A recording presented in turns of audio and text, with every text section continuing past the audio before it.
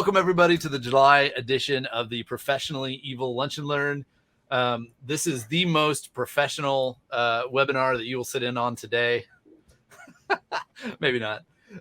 We're here to have a good time. So here's what we do. We basically jump on, we talk about a bunch of articles, current events, news, whatever's going on. If you got something you want to rant about, throw it in the comments and tell us, whatever you think. There's not really any particular rules other than we're going to walk through current events and talk about them. And we may talk about a couple, we may talk about 20. We'll see how it goes. It all depends on the conversation. If you're watching this on YouTube later, we do this every Friday, the last Friday of every month. So come join us. We usually skip like November, December when we get into the holidays, but otherwise we've been doing that for a while, and it's usually a great time. So I'll go ahead and introduce folks, or let you guys introduce yourself. My name is Nathan Sweaney. I'm one of the principal consultants here at Secure Ideas. Been with Secure Ideas about 10 years or so. Heather, why don't you go first? I'm Heather Linn. I've wrote a couple of books about stuff. I've been doing cybersecurity for like 20 years at this point. I've done everything from threat hunting to pen testing to threat and vulnerability management and access identity management. Very cool. Giovanni? Giovanni Cofre, Associate Director of Information Security for B. Braun Medical here in North America.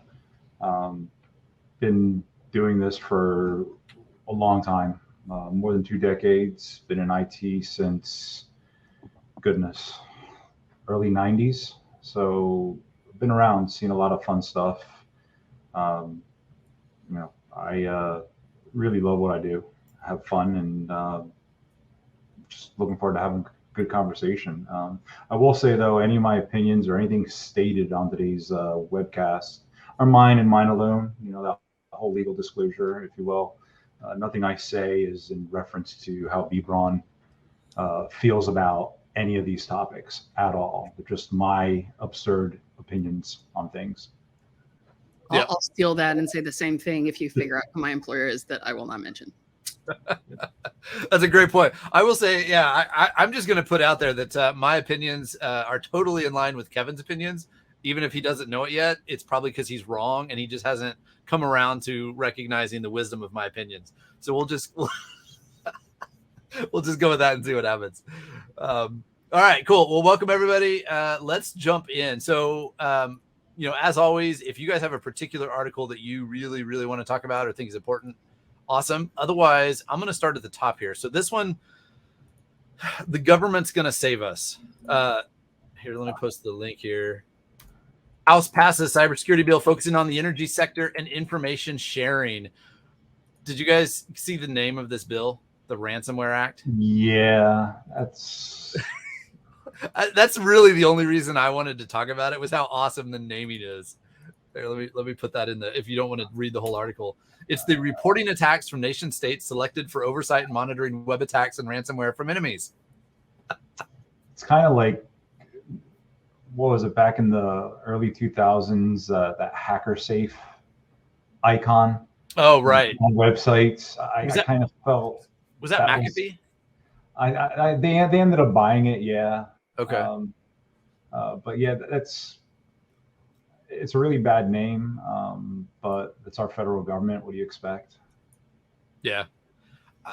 I feel like somebody dropped that acronym for the legislators and then they ran somewhere. Right. So here's a question. Is there anything the government can really do to fix ransomware? No. Like is something like this, is this just a like hand wavy, look, we're doing something? Or I don't know. I'm so skeptical that there's any chance of this helping in any way. I think the only realistic thing that they could do is make it illegal to pay a ransom and actually prosecute that. By revoking utter profitability, then that would force people into taking other mitigation steps. But it's hard to think that the fee that people are paying for some of these ransoms would be less than the amount of money that they would have to pay to properly back up all of their data, given the growth of data in all sectors. Right. I was thinking along the same lines as the amount of money that is asked for. Put that money into your own infrastructure. Put it into your employees' pay. Get some more headcount. to actually allow us to do the work in securing the environment the way it should, and then we wouldn't have as many problems, quite frankly. Yeah, I think the problem though is it's I can't think of the term. It's not, it doesn't line up the same way. So like the likely, you know, the cost of a ransomware event is extremely high, but the likelihood of me getting hit with that is relatively small, you know, from most people's perspective. So I hate that argument though, because everybody can stand behind the idea of, oh, well, it'll never happen to me, to justify not spending for security. And then what happens when you do? Betting on probability, I mean, you're making a crapshoot. If you want to do all your investments by going to Vegas, great, but don't apply the same logic to your business and to security. It's just not going to be good for you. Yeah, I don't know. We do that. I mean, personally, we do that with risk though, right? Like, I think that's a little different. You know, you do have to make educated decisions based off of risk and how you prioritize things. But in the case of ransomware, there are much further reaching implications when it comes to your operational environment. You're not only talking about the prospect that somebody might come in and encrypt your data and then bill you for it. You're also talking about you might potentially have system failure. You might have a malicious insider. You might have any of these other things that are happening that would severely disrupt your environment based on making your data unavailable. Right. So I think that the risk model on this is significant enough that if you don't have appropriate disaster recovery and business continuity practices for all of your data inside your enterprise, you're already running a risk regardless of whether or not a threat actor is probably going to attack you. Yeah, that's a good point. I was talking to a friend the other day, your point about other risks and other things maybe you don't take into account. I was talking to a friend the other day that a company he's working with, they had a ransomware event and they didn't have good backups. And I mean, they were screwed, totally screwed. Well, what they didn't know is that the owners were in the process of going through an acquisition. They were trying to sell off the company. And it ended up being like a, you know, I mean, relatively small company, but it was a, you know, I think he said like $20 or $30 million, you know, failed acquisition specifically because of the ransomware event. And of course, the owners were all pissed off about why did this happen? Why did you let this happen? Why aren't we doing stuff right? And fortunately, in that case, you know, the folks that my friend's working with, they had all the documentation of like, we've been saying for 3 years, we need to do this and this and this. You wouldn't give us the resources to do it. And here we are.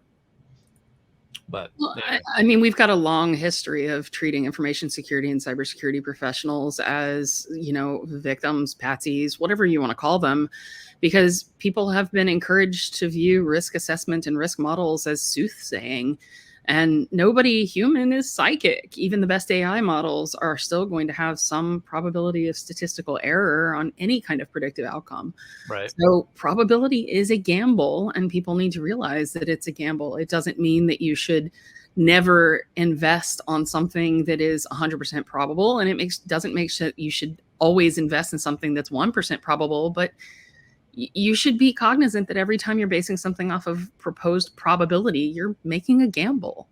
Yeah, that's a good point.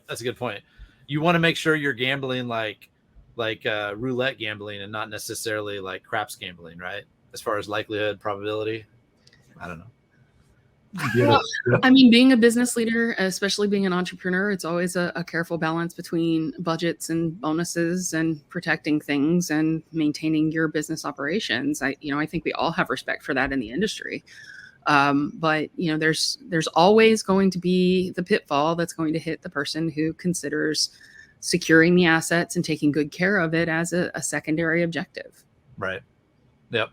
And I pointed out to somebody this last week. That's why we still have the Patriot Act, and we probably always will, because no Congress person is going to say, "Hey, I think we should take away this protection." It's not that important, because as soon as you do that, if something bad happens, no matter how unlikely it was, as soon as something happens, that person that, you know, fought to stop the protections, whether or not they would have been successful, that person's, their career's over, right? So people are always going to take that, well, you know, if we can afford it, we should probably do it just in case. I don't know. What Fausto say isn't that true for all our decisions? A level of uncertainty and predictions. Yeah, absolutely. Sure, but I think when you're looking at it in the context of the Ransomware Act, you know, they're trying to increase spending on people who are going to take college graduates and training providers and things like that and associate concepts of security along with, you know, the concepts for the energy sector. But that doesn't fix the fundamental problem that those who are leading the sector don't have necessarily the information that they need to make those priorities, right? We've all worked places where you know what's bad, you know what's broken, you want to fix it, and you just don't have that buy-in. And regulation has been used to force that buy-in across multiple areas of our industry. PCI being a great example. So I don't know. I don't know whether or not it's going to have the impact that they desire or not, but getting the talent and the information out there is always a good first step. I think you brought up a really good point, though, on where that funding is going to universities and master's and doctorate programs. I don't feel good about that, because the reality is that's not where the real knowledge is. That's not where we need to expand the knowledge. If you have students just finishing up their bachelor's and going for master's, it's all theory then. It's not real hands-on actual work that has been done and approved. That kind of money would be better spent for those of us that are professionals in the industry. I'm fortunate where I can get to go training on a yearly basis. I send my team to training as well. But there are so many companies out there. There are so many professionals that don't have that opportunity, that don't get the funding anywhere. That part of the bill, I'm really not thrilled about at all. I think they totally missed the mark on that, where, in, the OT environments, in the skate environments, energy sectors, those people don't have that ability. They should fund that for the education, to be where the money goes for education, not in universities, not for master's and doctorate students. Yeah. So do you feel the primary limiter for people implementing better security is the fact that the people who are on the ground with the hand-on experience just don't know what they're supposed to do? What was the first part of that, Heather? I'm sorry. Do you feel like the primary barrier to having some of these better security initiatives actually implemented is due to the practitioners who are on the ground and doing the work not knowing what to do? I don't think it's that they don't know what to do. I think, and maybe I'm a little bit biased because of the circle of InfoSec professionals that I've been blessed to be around. I think it's more like Nathan was saying earlier, where it's a lack of funding. The C-suite sees the fact that they have cybersecurity insurance. Well, why do we need to spend X amount on more headcount or on these tools or implement this architecture when, hey, that's what our cybersecurity insurance is for. I think we all struggle in what we're trying to do, being boots on the ground, hands at the keyboards. There's so much over architecture and red tape that we have to go through to get something implemented. We can't touch that system because Joe from down the road was the only one that knew how to operate it, and he built it, and we lost the knowledge on that. There's too much of a fear of implementing security postures, improved security postures, because of all the unknowns in systems. So I think there's a lot of fundamental issues with. So if we're not investing it in education for upcoming people, and we're not investing it in training for existing hands-on people, what would be the better investment? I think hands-on, the people that are there now. I think the people that are coming out of college, they need to get the experience. They need to go out there and get their hands on a keyboard, rack, stack, power, run cabling, do all that. Maybe it's because I'm old school, and that's literally where I came from. And the people that I'm seeing coming in, they're very theory minded, and they don't have the real world experience, which I guess maybe is part of the problem with all recent college graduates, undergraduates, if you will. They don't really understand the trials and the challenges that we face in the industry. But we just said that improving the knowledge of the people who are hands on the keyboards and on the ground working already doesn't solve the problem. So how does an additional investiture in training for people who are hands on the keyboard solve the problem? I think it'll help them progress and get in the get additional knowledge in specific areas, whether it's being able to pen test in a SCADA environment, because that's significantly different than a regular corporate environment. I just think that's where the training dollars should go, to those people.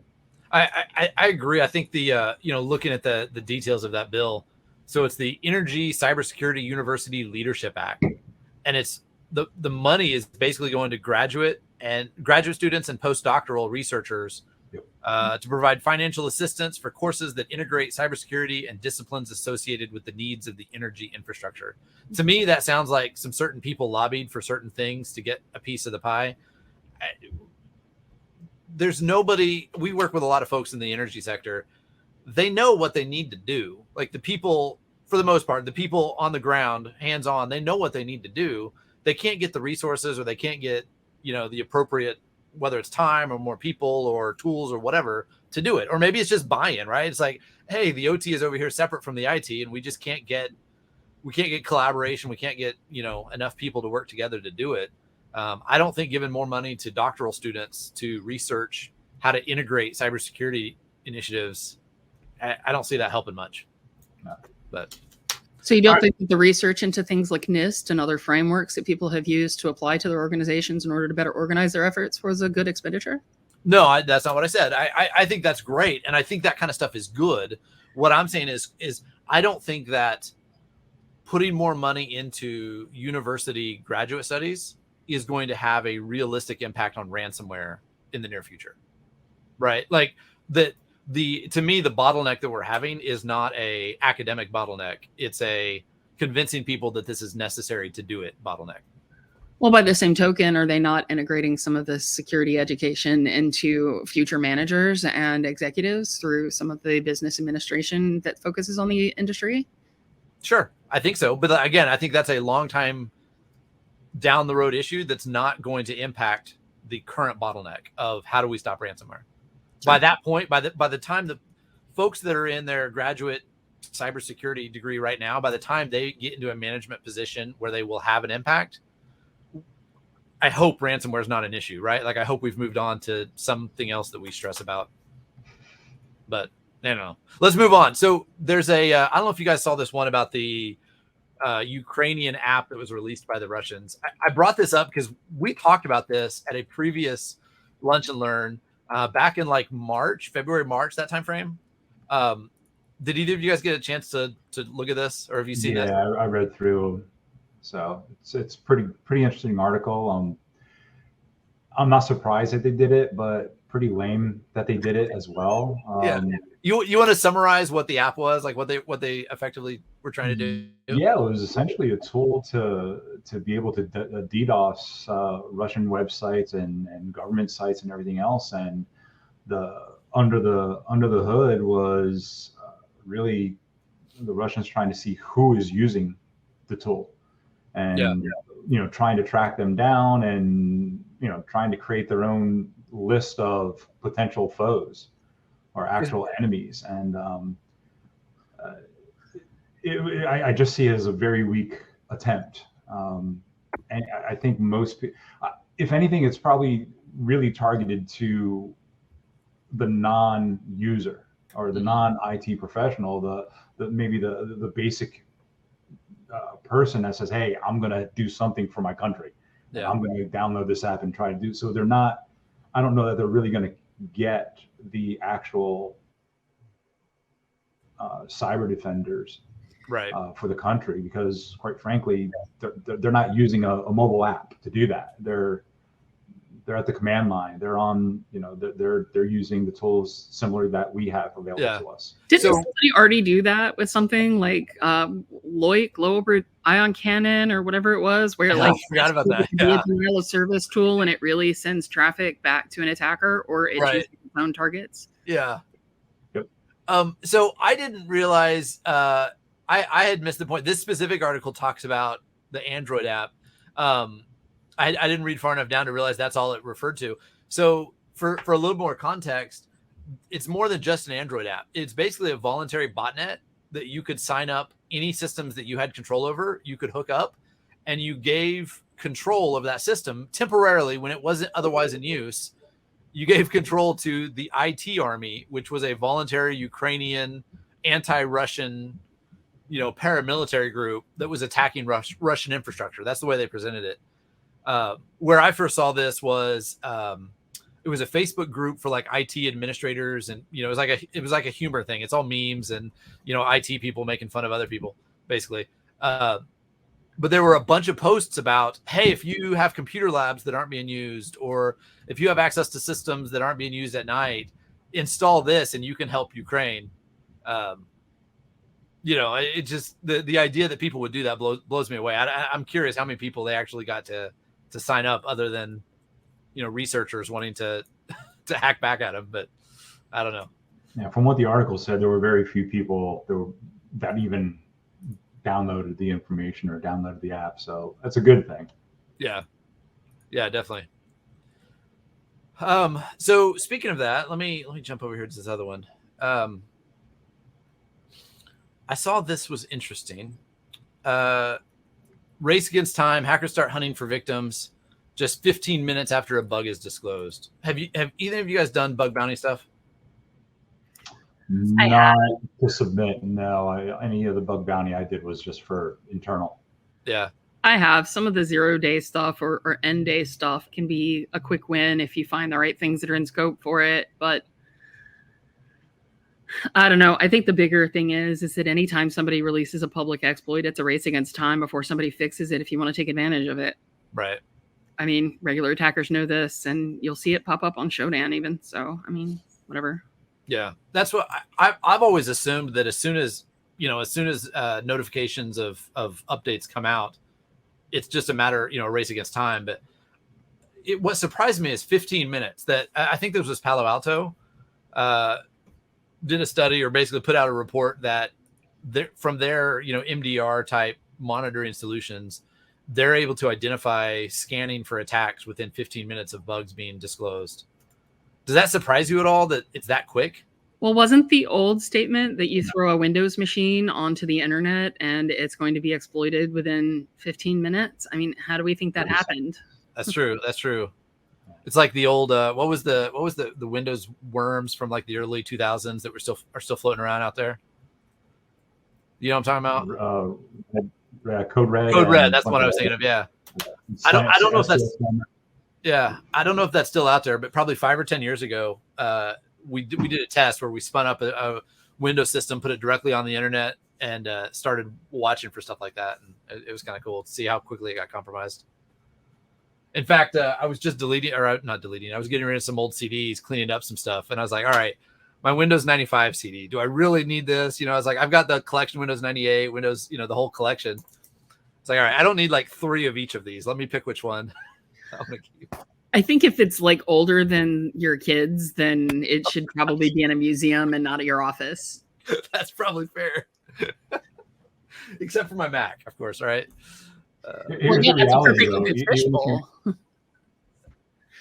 Even if you find a system that old, yeah, and you find out that it's exploitable, it's like, do you even remember how to run the exploit? Oh yeah. Oh man, we ran recently, within the last 2 years, there was a pen test where we ran into, I think it was an NT4 system. It was either NT4 or Windows 98. I don't remember what, but I mean, it was very specific. They had a piece of hardware that, like, I don't know, it might've been a time clock or something stupid. And they're like, there's nothing sensitive on this. We really don't care, but we just don't want to have to replace it. But the thing was, like, none of the tooling identifies anything on it anymore. Like, everybody's like Metasploit trying to find, exploits that can be used against Windows 98. It's hard. It's kind of crazy, but it's like it's gotten back around to where now it's maybe more secure. Let me make sure nobody takes that out of context. Secure Ideas is not saying that Windows 98 is the more secure operating system to run. That's funny. Yeah. All right. Let me see what else. Your ATM, man. No, I'm just kidding. All right. There's another one since I threw that Vice article out here. I'm going to throw another one. Did you guys see this abortion pill on business cards article? I think this was from was it Hope conference? So here's the story, and then I want you to tell me why this is not a good idea. There's this organization, this collective consider themselves biohackers. And basically they figured out they can take a certain chemical. I can't remember, misoprostol, something like that. The Four Thieves Vinegar Collective, that's their name.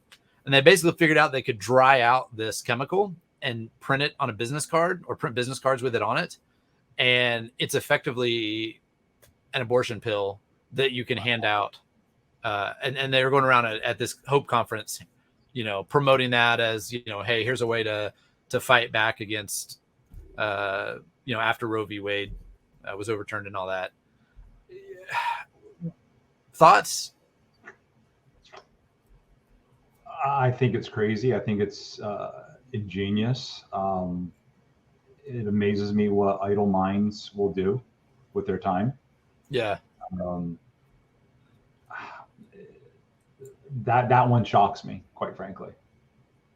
That's kind of where I was. I don't even know what to say about it. Like, surely nobody would actually do that, right? Here's this card that I got from somebody at a conference. Let me chew it up and swallow it. I'm pretty much, that just blows my mind. Yeah. I'm curious from I'm always interested. Sketchy's a good point, Jenny. I'm always interested from okay, so Brad says, the notion was I thought it could be sent via USPS undetected, authority and defense to interfere with interstate access. That's true, but my concern is from a legal perspective, because I always like to think about, like, all right, how is this actually going to be, how would it be handled legally? If it's illegal to provide an abortion in a state, mailing them a card, to me, that's clearly going to be illegal as well. So an organization like this that says, hey, we're making these cards and we're putting our name on them and providing them to be shipped into other states, I don't know. It almost seems like this guy is just setting himself up to be arrested for it. I think that they were putting their names on it and distributing it at the conference more to demonstrate it as a proof of concept rather than to encourage people to use them at that particular implementation to circumvent the law. I think that by doing the research and providing the methodology and showing the proof of concept, that they are providing an avenue for other people who might choose to break the law, much as any proof of concept computer exploit might be developed and then distributed to show people how it works. Interesting. Okay, so they're just you think they're just providing basically providing the technology. Mm-hmm. So in a situation like that, what is the law on if you provide a type of technology that somebody else then uses to commit a crime? Is there any way that could come back to them? If you buy lockpicks in North Carolina and take them into Virginia and get arrested, is the person who made the lockpicks liable? Fair enough. That's the whole. Are gun manufacturers responsible for gun deaths? Yeah. Yep. Yeah, Jeannie, how'd you know it was an abortion pill, not a roofie? Well, I mean, I think that also kind of speaks to another angle of this that is probably underrepresented, is that, people who perceive being pregnant as a desperate situation for themselves might take risks that other people wouldn't take. And by being put into situations where the risks that they are forced to take or that they are able to take are more dangerous than conventional alternatives, we're all putting people at risk. So how do I know it's an abortion pill, not a roofie? Either way, it's safer than a coat hanger. I mean, I don't think anybody should have to make that choice about what's going on. And, while we're dealing with legislation that comes from people who firmly believe that it's a woman's choice on whether or not they're pregnant, we're going to have these debates. Yeah. Yeah. And that's kind of why I wanted to bring it up, is I think the fringe side of the conversation that we tend to ignore, I think by taking out some of the nuance, it makes us think about things a little bit different way, right? Like, we can all look at this and we're like, okay, this is stupid. But when we start thinking about, okay, why is it stupid? Right. That drives a little bit different conversation than just, so many of the conversations are polarizing. I believe this. We both hate each other and all that. Right. If we let's start talking about the context of interesting particulars, now we can have conversations and find, places that we agree, disagree. And I think that you could look at this in the same context that privacy advocates doing things like Tor and VPNs and things like that have used. On one hand, it could be used by criminals to evade legal protections. And on another hand, it can be used by privacy advocates to protect political dissidents. There's always two sides to it, but I don't think that the implementation that is presented here is inherently illegal. I think that the concept is just like any security research. It's research that was done to determine whether or not it could be effective, implemented, and pushed through. But there are dangers of not having something like this with drug formularies being pushed through the FDA or through official authorities or things like that. But I think that this is in response to a different risk model, and it's that's the way that this plays out. Is it all depends on the risk model. Yeah. Fausto's question there. I think this proof of concept proves that this new legislation is really not actionable. I don't think that's true. Yeah. I mean, there's lots of, I guess maybe it does prove that. I don't know that it matters. Well, I mean, it is still actionable from the perspective that you can take legitimate businesses who are within, the boundaries of a state or whatever, and, force them not to distribute these kinds of healthcare options. You can force that onto medical providers and other things along those lines. So from that context, it is actionable. I think what you're really trying to say is while it's actionable, it's not foolproof.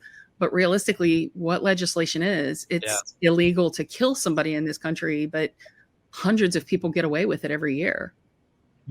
Did you guys see the what is that lake over there by LA or Las Vegas? It's not another Lake body. Mead. Yeah. Lake Mead, exactly. Yeah. They keep, the water level keeps coming down and they keep finding more bodies. I mean, of all the places in the US around Las Vegas surprises me the least about the place that you would find.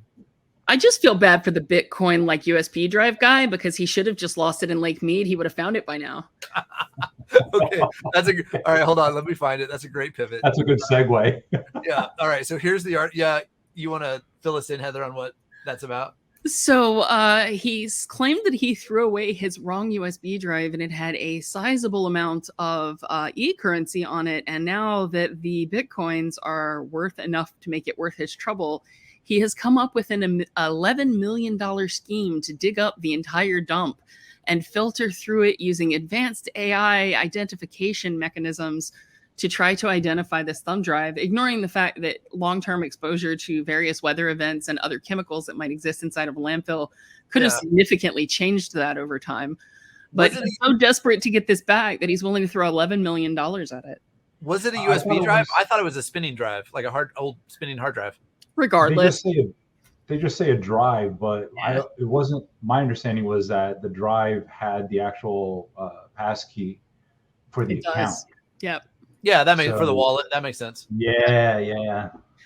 I feel like if he's going to invest $11 million to going through the dump, he should invest that money to responsibly recycling all of the stuff that he digs up, and just, take that and make it into actionable research that we can reuse elsewhere. Maybe he'd get more backing to do it then. That's an interesting idea.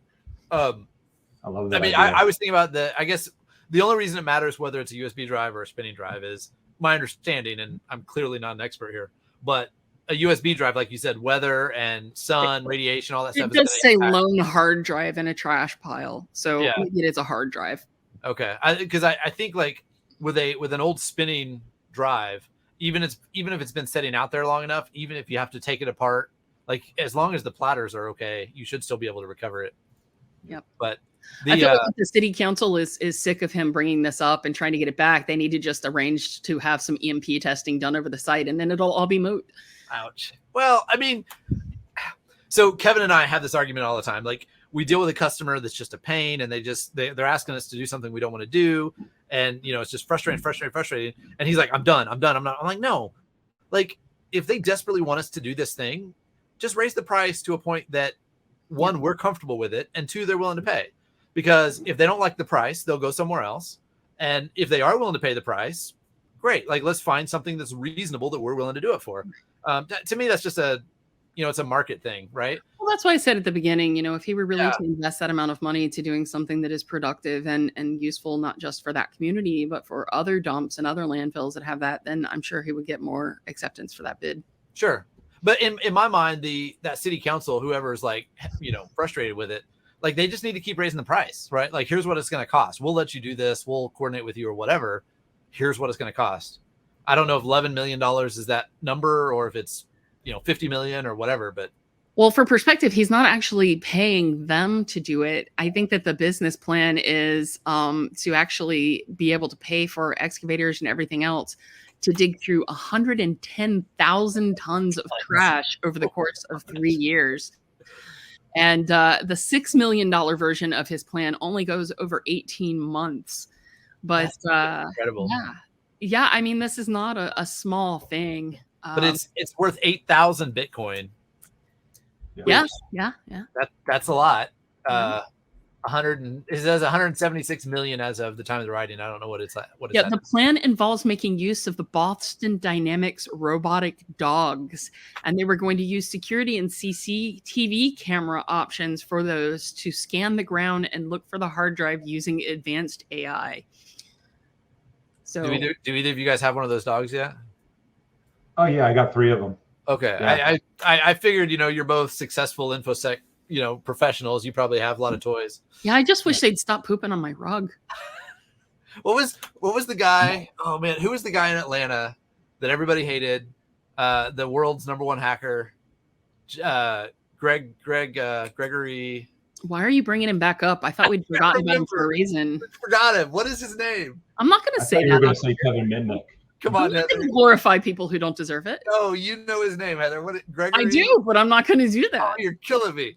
All right. So the reason I bring it up is this guy, like in one of his interviews or whatever, like he talked about, is like, hey, if you fancy yourself as a hacker, if you think you know anything about hacking and you don't have, several $1 million in the bank, you're clueless. You don't know anything, whatever. And I just like, that was the one quote that always made me crack up. But anyway, all right, let's move on. There was another one here. So Google and Citizen Lab from up in Toronto have been testifying for the House Intelligence Committee, calling for the U.S. government to clamp down on mercenary spyware merchants. I think this is interesting. I mean, we've always had folks that are willing to do gray level stuff. But I've seen in several different articles unrelated to this, I've seen the term mercenary spyware merchants. Have you seen that before? That was the first time that I saw it dubbed that way. Yeah. New phrase coined, if you will.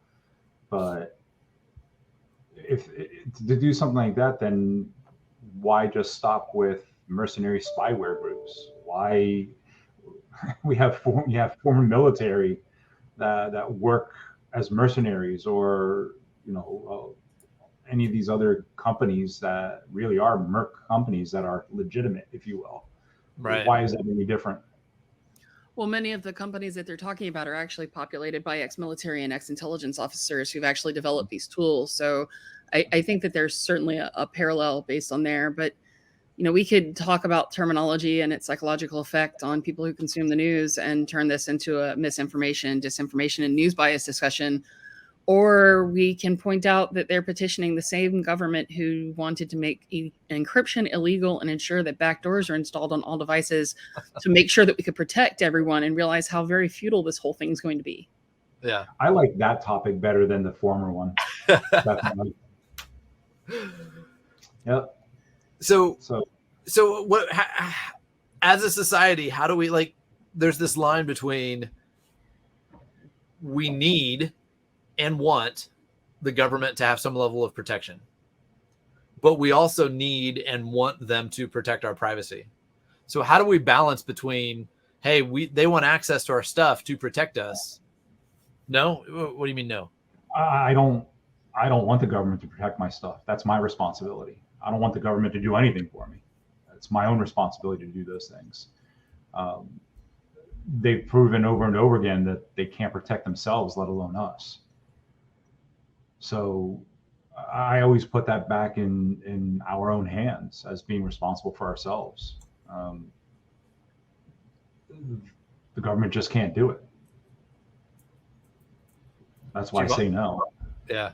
Giovanni's channeling his inner Ron Swanson here. I'm with you. That tends to be where the side I fall on. I've worked with too many government agencies to believe they're competent enough to do what they think they can do, at least effectively or efficiently. But at the same time, I also recognize that, I mean, we are fairly privileged in our ability to take care of our stuff. If it came down to it, I could defend my own. A lot of people can't. So, like, how do we find that boundary of sucks to be you, or, like at what level is like, hey, we need the government to be able to do these types of things for us? I just don't know that they can. I mean, we have all these different types of frameworks, these audit frameworks. I think you brought PCI up before, or, you got the California legislation, the Privacy Act there, and there's all these laws upon laws and legislation. Great, they look wonderful on paper, but there's no real implementation of it, at least not in an effective way. And when the government themselves uses our data for all types of things, then it ends up getting leaked one way or another, regardless. I just don't see it being. I don't see it happening. It's just, to me, not realistic. I think it goes along the lines of what you were saying earlier, where it's, hey, look what we're doing. We're the government. We're trying to do better. We're putting this legislation in. I almost feel like it's a false flag of, hey, look what we're doing over here, but don't look at what we're doing over there. Right. That's how I feel about some of these topics about with these legislation. Yeah. I think, like all of these topics, it's easy to tout a weapon when you're the one who's using the weapon. And it's easy to assume that you won't ever be the victim when you're not the victim. So this is something that is very highly nuanced as societies move online. There's always been the argument that what I do in the privacy of my home is not anybody's business, until what you're doing in your home is making a bomb and trying to blow up a school. So I think that this is something that's nuanced. It doesn't have an easy answer. And honestly, the three of us aren't going to solve it. Hey, come on now. So I've always told people, I've had several people tell me I should run for president. And I've always said that I would make because of the beard, Nate. It's the beard. Exactly. It's the beard, right? It's the innate sexiness that goes. It's the Bride of Frankenstein white streak that you've got right there in the middle. That's what's doing it. It's like you and Giovanni are like mirror images of each other. He's got the two black streaks. Oh, and he's got the two almost. white streaks. Yeah, that's great. I'd show up my beard, but they said something about needing to be relatively kid-friendly here. Well, Yeah. I've always said I would make a horrible president, but I would make a great benevolent dictator. Like when we get to that point where we're just like, screw democracy, let's put everything, do like the Venezuela deal, like elect somebody, pause the Constitution and just fix it. I could handle that. I think everybody else might not like it, but I can fix it. I think Biden said something about the Chinese Xi or Z or whatever, however you pronounce it. He said something to him about how that's the reason that modern democracy is ultimately doomed, is because they don't have the adaptability and flexibility to respond to modern threats. Because everything's done through committee, and committee takes time, and consensus takes time. And the whole concept of a benevolent dictator being able to just say, go do it, make it be, gives that agility to respond to things. Maybe the answer isn't to go for benevolent dictators, but to find ways to make real processes that are more agile. Get rid of the bureaucracy. Yeah. And that's probably one of the great things that, as entrepreneurs, you, Heather, and you, Nathan, and Kevin, and any of the other boutique companies out there, that you can make those decisions. In industry, there's so much bureaucracy that we have to deal with, and I'm sure you both have seen it, and that's probably why you don't want to work in industries that are so big or that have that political structure within. Mm-hmm. We cement ourselves, or we get cemented in other person's bureaucracies, and it's tough to move forward like that. Right. Well, I think that there's kind of I think that there's an unnecessary fantasy on both sides. There's a fantasy that small companies are great and that everything's awesome and that you can just go through and do things. And there's also this equal fantasy that large companies are all by nature ineffective and they can't do things because of bureaucracy and everything else. But I think that people don't necessarily look at the other side of that coin as much as maybe they should. Smaller companies are also much more prone to having very toxic workplaces, harmful cultures, the acts of individuals going unprevented, like some of the Theranos things that happened, for example. There's also cases where, chip it, good enough, get it out the door. And, if you're small, you're agile, you can throw it out, fix it in the next relief, nobody cares until somebody installs it and somebody dies because there was a bug you didn't find because of your crappy QA. Or, in a larger company, yeah, okay, they're slower, they're more bureaucratic, they got a lot of processes, but sometimes those processes are necessary to keep the person, for example, for getting the pacemaker that's going to crap out on them. Right. So there's goods and bads on both sides. I don't think that it's fair to take both out. I think you can say that bureaucracy should not necessarily be equated with a large company. And I think that bureaucracy is something that we should all work against. But we should also make sure that when we're doing things, we're moving forward thoughtfully as a group and that we're not just doing a half-assed job that's going to bite somebody in the butt later as long as it's not us, right? That's not a good attitude either. Words of wisdom. I like it. Agreed. So we're getting close to the top of the hour. There were 3 articles here that I thought were interesting. I'm going to pull all of them up at the same time. So the first one, Amazon has admitted to handing over Ring security videos to the police. Mm-hmm. We've got one here where cops have used, and I'm providing an archive of that. It's Forbes, but if you don't have a Forbes subscription, you may not be able to see that one. Basically, cops turned Google location or use Google location data to pursue a death penalty. And then another one here where the FBI forced a suspect to unlock an Amazon device with their face.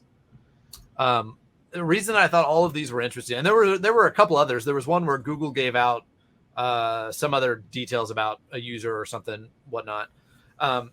We've kind of gotten to the point, and this, I know there's a lot of arguments and discussions about big tech and all this kind of stuff, but it seems like it has just become the de facto expectation that whatever data a tech company has about you, they're going to give it over to the police or the government. Mm-hmm. Sure. Is that anything that's free? You're not the consumer, you're the consued. I mean, Okay, hasn't but what Facebook been asking for something like that? But I pay for like my Ring videos. I pay for Ring. Should You I pay for ISP access too, but I'll bet you a bottom dollar that they're selling your information to other people too. That's fair. But is it, I mean, society-wise, is it reasonable for me to expect that, hey, this service that I bought from another company, the government's just going to have access to it if they want it? Do you think a burglar should have reasonable access to privacy if they're in the public street in front of your house? No. Then why would doorbell footage be off the footage ever? Well, okay, so doorbell footage, absolutely. The Ring videos may not necessarily be facing outward.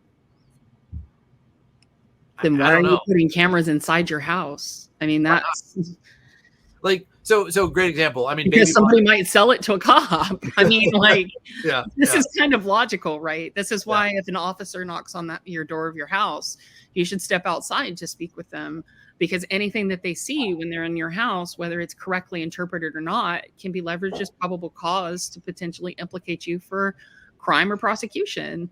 Sure. So if you don't want people skeeving on your stuff, don't put it in your house.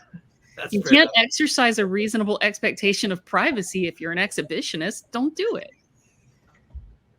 I think so. I'm gonna play the devil's advocate because I feel like that's just logical. I don't know. Well, maybe I'm weird.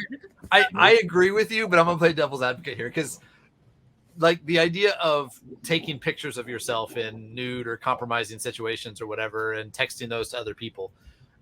There's a lot of people that would argue, hey, you should be able to do that, with your significant other, relationships, whatever, and not worry about, oh no, somebody's going to get access to this. And to that, I would argue your first mistake was trusting people. That's fair. My argument has always been, if it's on technology, it's going to get out at some point. If you're taking the picture, somehow, you know, it's going to get uploaded to the internet. Somebody's going to find it. If the picture doesn't exist, there's zero chance of it ever getting published. And so to me, I've always been like, there's no reason to take that chance. But I also think it's unrealistic to put people in a situation where you assume that they're going to have to choose to not use technology at all if they want to have any reasonable expectation of privacy. And I think that some of the arguments that are hitting us these days are actually reaching that point. Yeah. You know, I'm not on Facebook, and I made a conscious decision almost 15 years ago to not be on Facebook. When I went to my cousin's bachelorette party and one of her friends tagged me in a photo and my employer saw it, even though mine was secret, hers was not. And so, I mean, yeah, taken out of context, it's a bachelorette party. You know, there's dick straws, there's all kinds of questionable shit, but I wasn't doing it at work. I wasn't doing anything that was illegal, but there was still a concern about it. And so I was forced into the situation where I had to choose not to use Facebook. Mm-hmm. And I think that as we are increasingly forcing technological requirements on people, like there are websites you are not allowed to access now unless you have Facebook.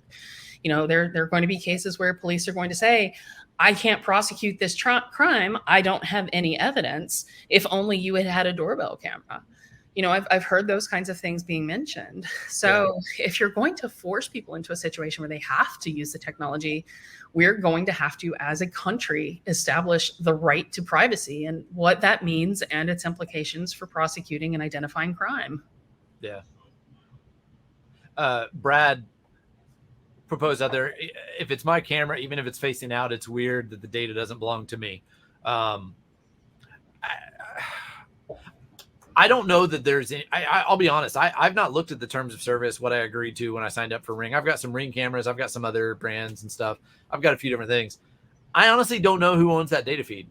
I do know I've got a friend in the FBI who has been involved in some of these requests. And what initially started it, I think it was in South Florida somewhere. There was it was either the local police or the FBI went to serve a warrant, and the person in the house used the Ring video camera to identify where the cops were at and then shot through the door and killed officers. And so they immediately backed off and said, okay, what are we going to do about this? They worked with Amazon and they said, okay, here's a process. When we're going to serve a warrant, they'll give us access to the Ring camera footage. We can shut it off or whatever before we go serve the warrant. I think that's a reasonable compromise. But it does tread on that idea that, hey, I paid for the camera, I paid for the internet connection, it's my facility. Why does somebody else get to view that without my permission? I just think that it's funny that if the same officers use the same logic that most threat intelligence organizations do to try to protect their enterprise, the police would just put on a ball cap and a hoodie because they've never identified anybody from that in footage. That's true. That's true. It's probably a little bit different, though, if some dude in a ball cap and a hoodie is banging on your door saying, we're the police, let us in. I'm just saying. I think I agree. It's you know, I have nothing but respect for the people who try to enforce laws in this country, and it's a difficult situation to be in. But I think we have established laws of things that are, you know, considered public. For example, if you throw things in your trash, I believe those are considered to be things that anybody can go through and look at, right? And I think that when we look at coverage of a street, anything that's happening in a street, you know, maybe there's an argument there, but I'm not a lawyer. It hasn't been tried out in courts. But as a citizen, I feel like if something happens on the street in front of my house, and being able to look at that footage is helpful to going through and figuring out whether or not that actually happened, I'd probably be okay with it. Yeah. There was I don't have an article. There was a recent article.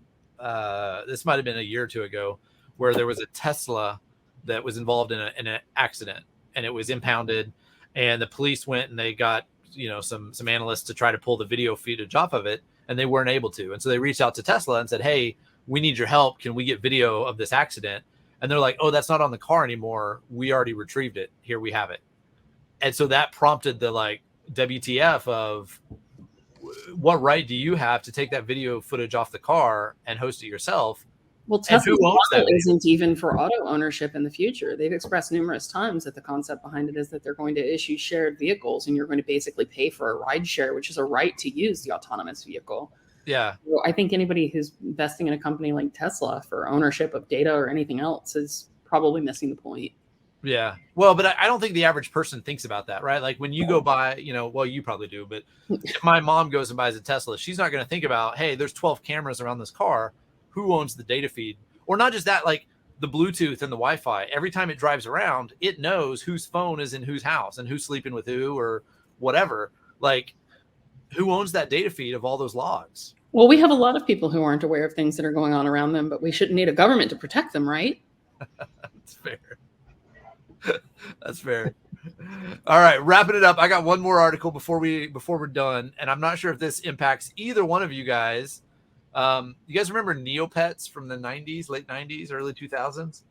Yep. So Neopets have been around for 20 plus years. Somebody hacked the company and is now trying to sell all of the Neopet data for 69 million pets. Yeah.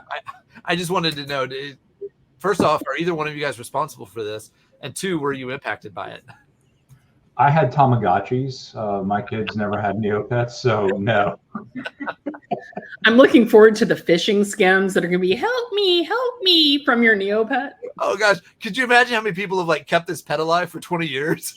Right? Somewhere there's some poor digital panda with a beard on the ground going, oh, I've got arthritis. Oh man. So you guys have smartwatches at all? Or any kind of activity I already tracker? talked about not trusting people with data. Okay. I've given up. I don't care. They track me all the time. Stop, Alexa. So Alexa, buy a 500-ton gallon of drums.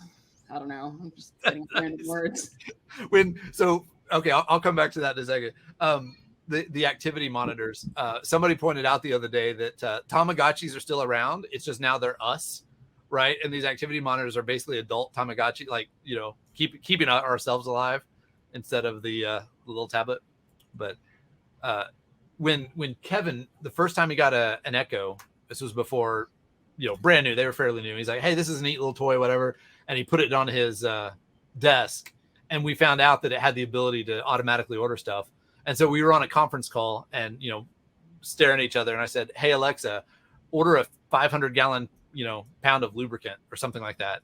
And he had it set up so that it, like back then it didn't have the, like, I don't know, it didn't need confirmation or whatever. So it submitted the order and he's like, oh, that's no big deal. I can go cancel it. I'm like, yeah, but now go back and look at your Amazon homepage. And it showed as like, recent interested things or whatever. So I love the fact that you could manipulate people's. Yeah, that was kind of a running joke for a long time, is like we would find these searches where, like, for whatever reason, something that really didn't belong in this search would show up in the search, and people would like send the link to people and say, hey, which one of these things does not belong? And eventually you got so many of them that your browser would be poisoned and it would start recommending nothing but these like bizarre, awful one-off things.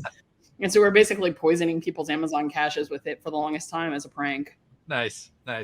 Hey, don't hate on the Squatty Potty. I love that commercial. I didn't hate on it. I said that unicorn will change you forever. Oh, that's fair. Awesome. All right. Well, guys, I appreciate it. It is the top of the hour. This has been a lot of fun. Hopefully everybody else people have stuck around anyway. Or most of them. So apparently folks enjoy it. I guess we didn't offend anybody. So that's a good thing. Got to try harder. If folks want to reach out to either of you guys or just tell you you're genius or crazy, what's first off, do you want them to? And second, what's the best way to get a hold of you? Good luck. Yeah, absolutely. I'm fine with that. Either at a Giovanni Patch on Twitter, or is it Twitter? I think it's Twitter, or just reach out to me on Facebook through any of the links. I used to I tried not to be on Facebook for the longest time, but then just ended up getting on it, and now I'm stuck. Yeah. So. I hear you. And Heather, you said you're Heather Linn on LinkedIn. Mm-hmm. We're also a lot of us hang out on the Professionally Evil Slack channel. So you can just go to professionallyevil.com, scroll down to the bottom, and there's a free invite where you can connect on that as well. So thanks all. Have a good weekend, and we'll see you next time. Thanks very much.